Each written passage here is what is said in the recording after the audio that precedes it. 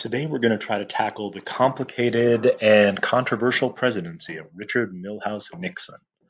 Hopefully, as you remember from 2 days ago, Nixon was swept into power on the support of what he called the silent majority of Americans that who were against, who Nixon attempted to appeal to by who were against the riots, who were against the unrest, who were against the student protests, who supported the Vietnam War, and who really wanted a return to the status quo from the massive turbulence that had gripped the country in the mid 1960s.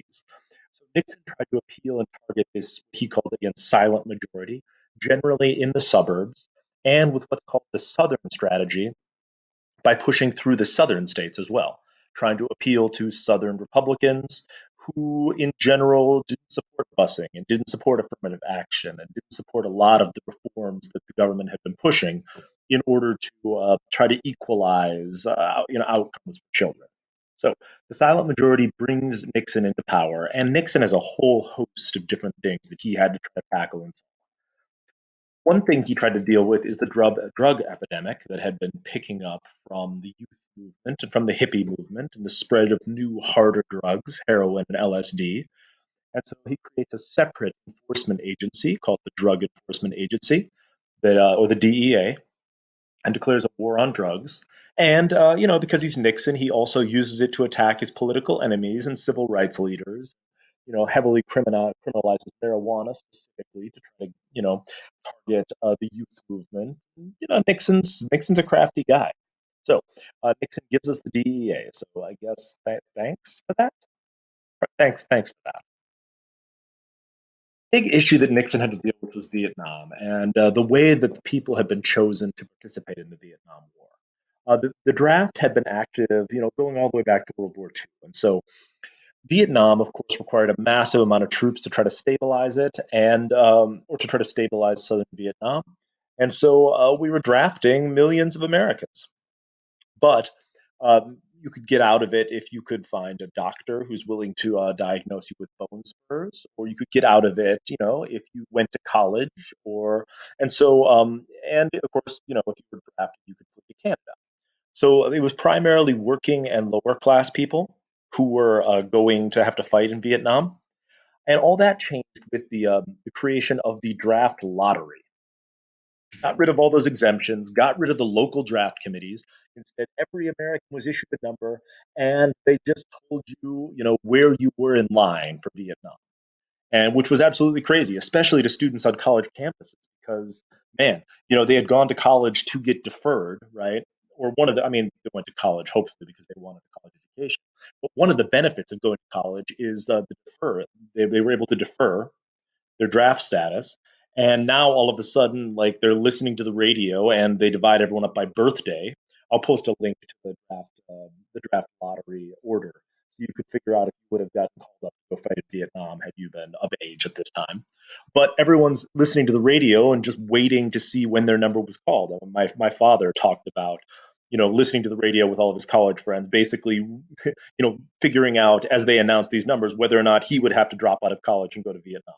So, yeah, dramatically changes the way people feel about the war. If now, hey, guess what? You're going to have to go fight there.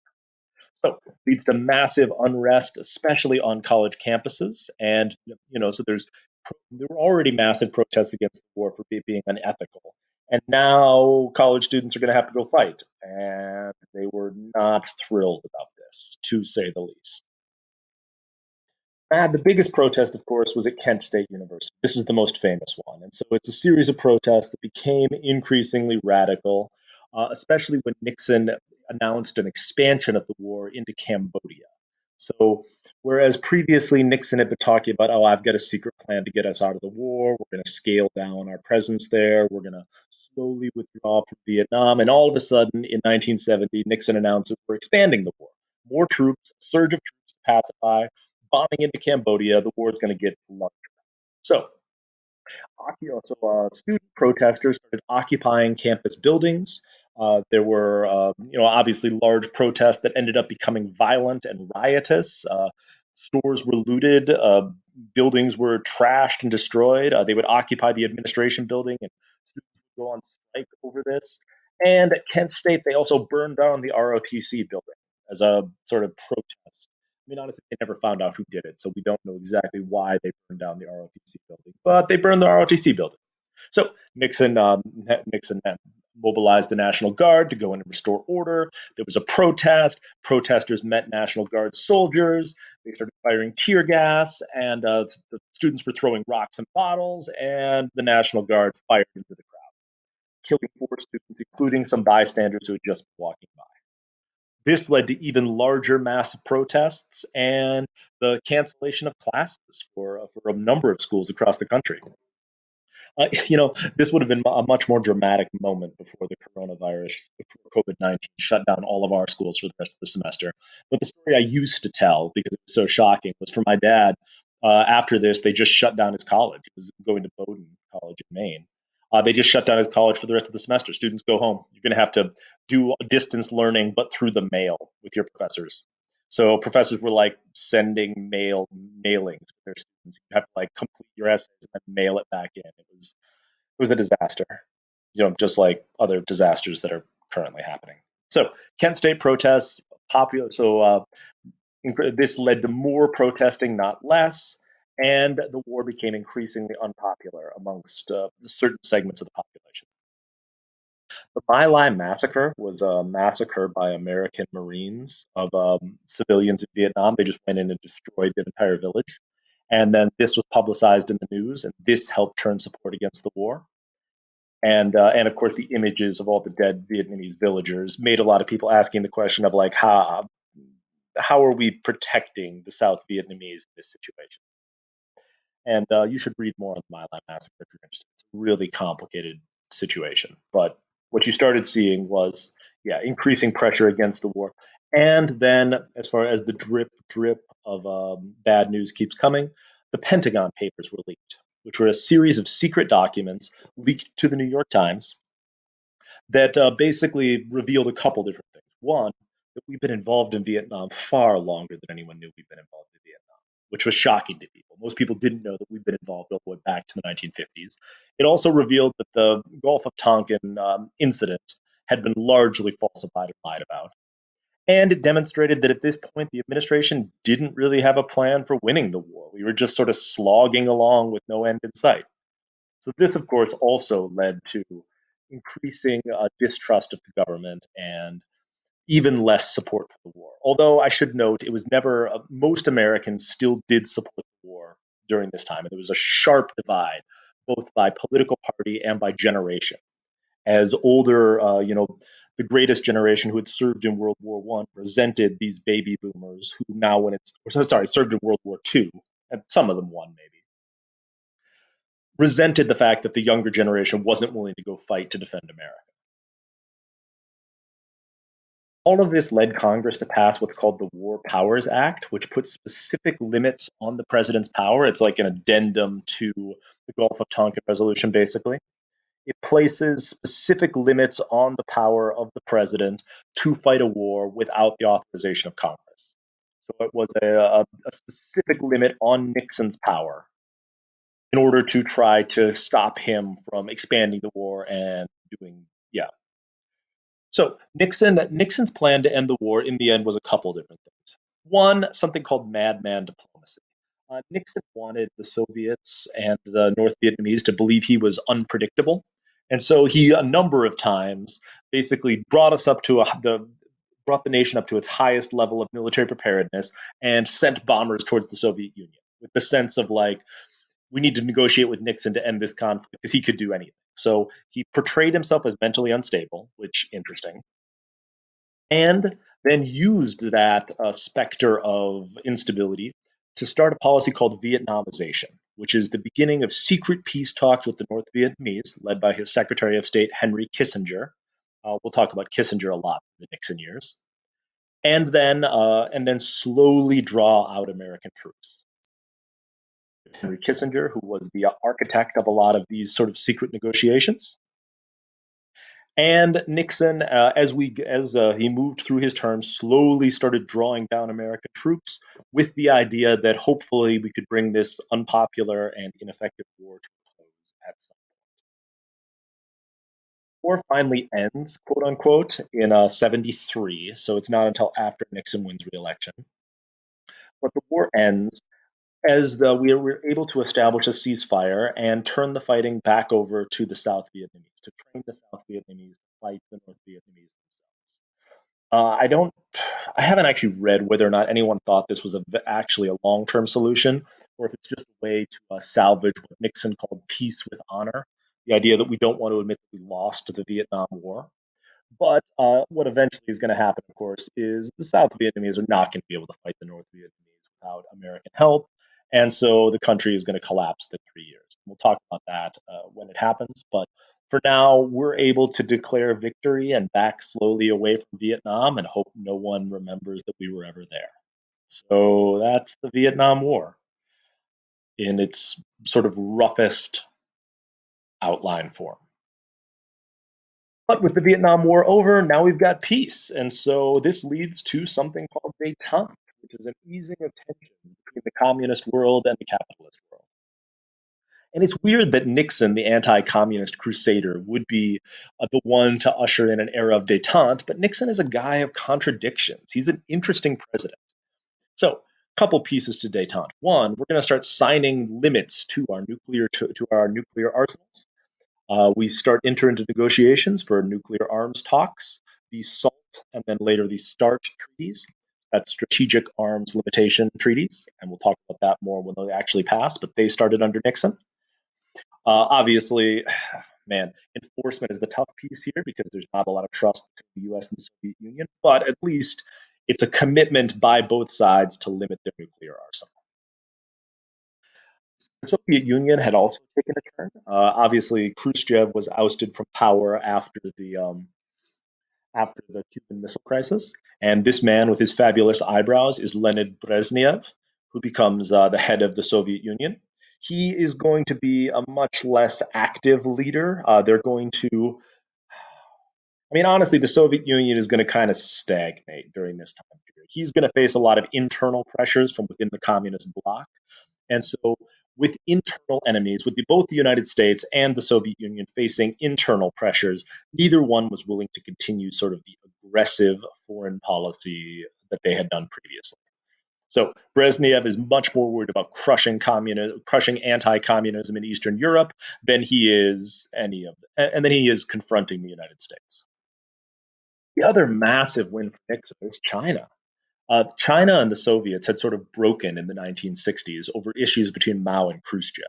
And with Sino Soviet tensions rising, Nixon sent Kissinger with an opportunity to basically make nice with the Chinese. It started, ironically, with ping pong diplomacy. An American table tennis team went to get massacred by some much more skilled Chinese ping pong players, but they ended up socializing and it created social connections between China. This is, of course, the People's Republic of China, not the Republic of China, the, the communist one, not the one that we've been claiming is China since 1949. And so ping pong diplomacy opened the door for Nixon to go to China and to meet the head of the Chinese Communist Party. Here Nixon is coming off the plane and shaking hands with Zhou Enlai. Here he is meeting Chairman Mao himself. And here he is at a state dinner with Zhou Enlai, sitting next to him. And Nixon learned to use chopsticks for the occasion. And, they were able to basically normalize relations between these two countries and begin sort of closer political and economic ties.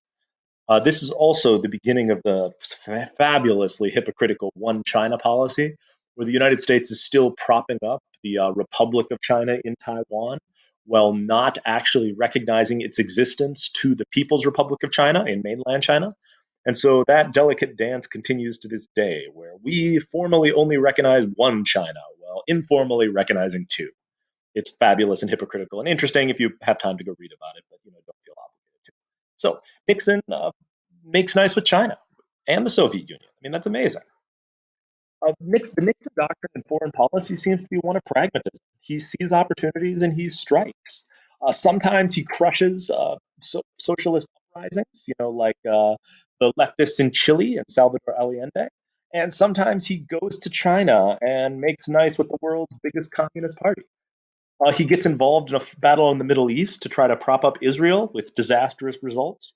But at the same time, he's able to sign nuclear or start nuclear arms talks with the Soviets.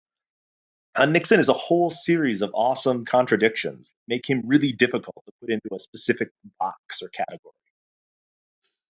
In the space race, we get to the moon under Nixon. We'd started under Kennedy, but we win the race to the moon, so that's exciting. And 69 man walks on the moon, and so obviously new frontiers for the United States. So cool. And economically, Nixon reforms society. He becomes a much more sort of activist economic force with Nixonomics. Uh, we'll talk more about the oil crisis tomorrow, but we have an oil crisis because of our interference in the Middle East, and so Nixon freezes wages and prices in order to try to stop inflation and to ensure that people can still afford basic necessities. And he gets us off the gold standard finally. So no, we no longer have to worry about bimetallism. We no longer have to worry about what's backing our currency. Our currency becomes backed now by our faith in the fact that both people will work to earn it and people will accept it as tender. So no more gold standard, no more massive gold reserves, stuff like that. Our money is just paper money now. So exciting.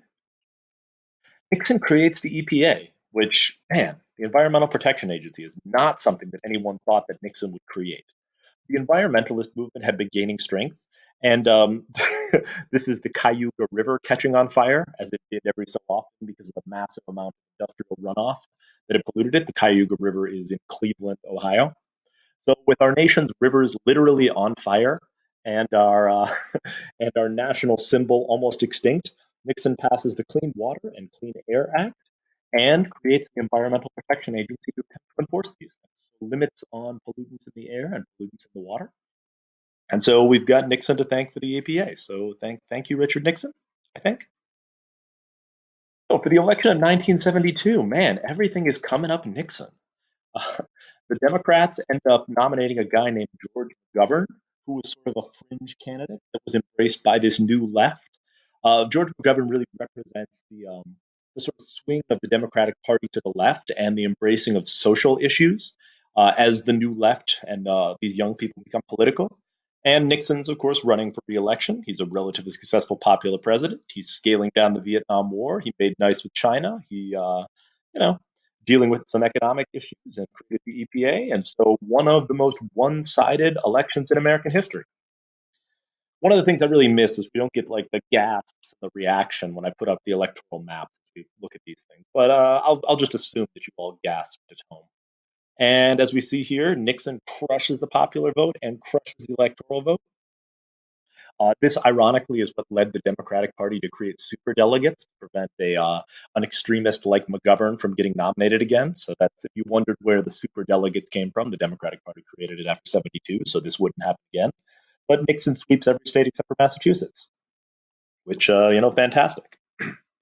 And then Nixon falls from grace, almost as meteorically. I guess meteoric is the wrong term because Nixon's been around forever. But Nixon was on top of the world, and then this sort of slow drip of scandal started coming out, and the details of Watergate began to emerge. Watergate was a hotel where the Democratic National Committee had its headquarters.